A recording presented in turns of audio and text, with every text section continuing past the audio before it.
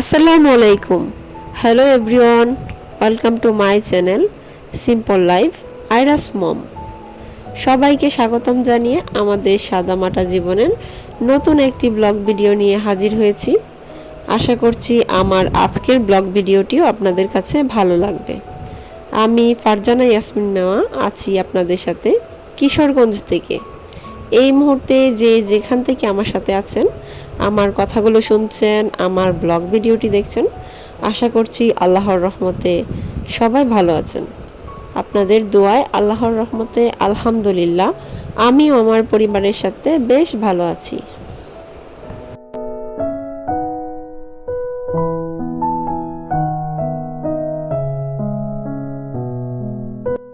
Long ডিস্টেন্সে বাবার বাড়ি হওয়ায় দেখা যায় যে লং টাইম পরপরই যাওয়া হয়।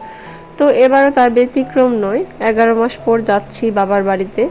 অ্যাকচুয়ালি প্রতিবার ট্রেনে গেলেও এবার আয়ের আব্বুর ছুটি নেই, আর আমাকে যেহেতু আমার বড় ভাইয়ের কষ্ট করে এসে নিতে হবে, তাই ভাবলাম যে আমার আম্মু যেহেতু ছোট ভাইয়ের বাসায় আছে, ওনাকে নিয়েই চলে যায় একবারে। তাই এই তো গাড়িতে করে আমি রওনা হয়েছি। আমার আম্মু আছে মূলত কুমিল্লায়, ওখানে গিয়ে পৌঁছানোর পর ওনাকে নিব, তারপর রওনা হব আমার বাবার বাড়ির উদ্দেশ্যে।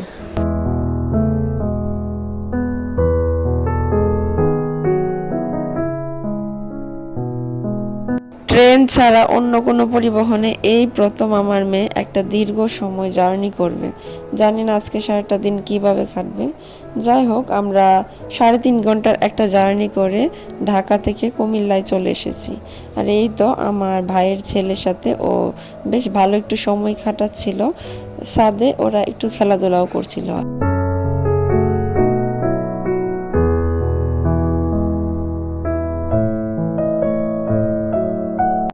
এটা মূলত একটা কোয়ার্টার, পাশে থানা।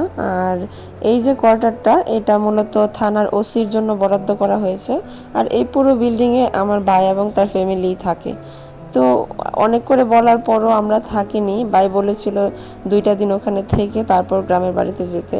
আমরা তা করিনি, রওনা দিয়ে দিয়েছি। এই তো আমার ভাই তার 2 ছেলেকে নিয়ে দাঁড়িয়ে আছে, আর আমরা এখনই গাড়িতে উঠে যাব।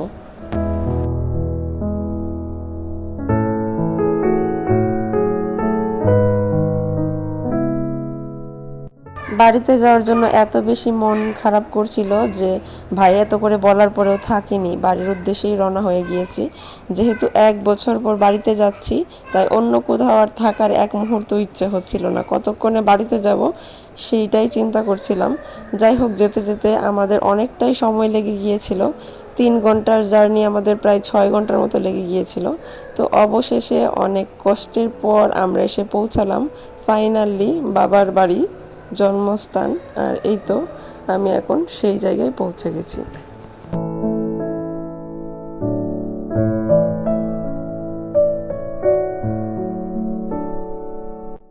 এই আমার সেই পুরনো টেবিল, পড়ার টেবিল। আর এই সেই জায়গা যেখানে বসে আমি পড়তাম, থাকতাম। সব কিছু আবার পুনরায় দেখছি, তাই একটু ভিডিও করে নিলাম আপনাদের সাথে শেয়ার করার জন্য।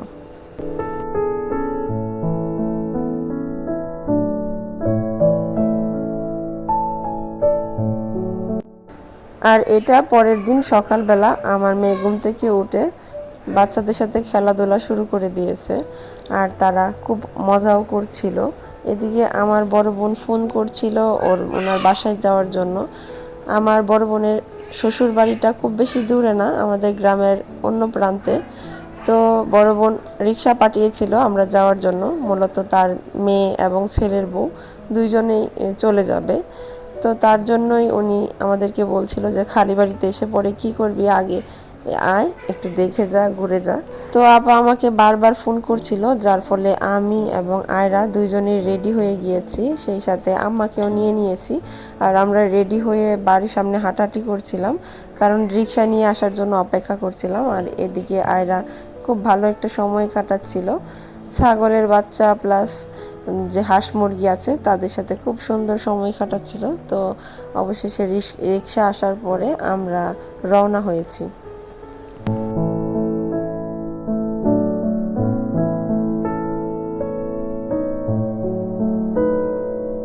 তো তো যারা যারা এতক্ষণ আমার সাথেই আছেন, আমার ভিডিওটি দেখছেন, আপনাকে আবারও জানাচ্ছি অসংখ্য ধন্যবাদ। আমার ভিডিওর কোনো একটা অংশ যদি আপনার ভালো লেগে থাকে বা আমার কথার কোনো একটা অংশ যদি আপনার ভালো লেগে থাকে, চাইলেই আমার ভিডিওটিতে একটা লাইক দিয়ে দিতে পারেন।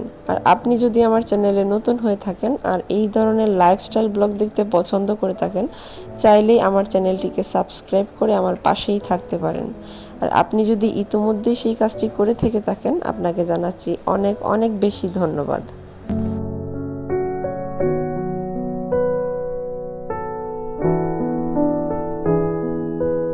তো বোনের বাড়িতে কিছুটা ভালো সময় কাটিয়ে খাওয়া দাওয়া করে তারপরে চলে এসেছে আবার বাসায়। আর এই তো আয়রা ড্রেস চেঞ্জ করে এখন আবারও তার বন্ধুদের সাথে খেলাধুলা শুরু করে দিয়েছে। এদিকে পাশের বাসায় যে আন্টি আছে, দর্জি আন্টি, যার কাছে আমি ছোটোবেলা থেকে কাপড় চোপড় বানাই, ওনার কাছ থেকে কিছু কাপড় চয়েস করে নিয়েছি আর আয়রার জন্য কিছু ড্রেস বানাতে দিয়ে দিয়েছি। মূলত আমি ছোটোবেলা থেকে এই আন্টির কাছেই সব কাপড় চোপড় বানাতাম। আর ঢাকায় দেখা যায় কি দর্জির দোকানে বাচ্চাদের কাপড় বানাতেই চায় না, শুধু বড়দের কাপড় বানায়। তো আমি করি কি, যখনই বাড়িতে আসি একটু বেশি করে সুতির ড্রেস বানিয়ে নিয়ে যাই, যেগুলো বাসায় পরা যায় আরামদায়ক কাপড় দিয়ে। তো সেগুলোই এখন করছিল আন্টি, আমি ছোট করে একটু ভিডিও করে নিয়েছি।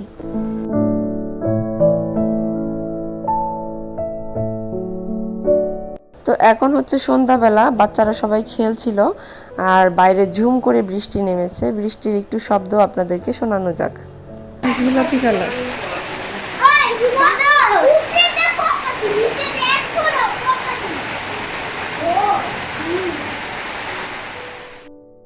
এদিকে আয়রা বৃষ্টির পানি ধরছিল হাত বাড়িয়ে, আর আমি যেহেতু ঈদে ব্যস্ততার জন্য মেহেদি পড়তে পারিনি, বাড়িতে আসার পর এখন আমার ভাইয়ের মেয়ে আমাকে মেহেদি পরিয়ে দিচ্ছে, সেই সাথে একটু ভিডিও করে নিয়েছে।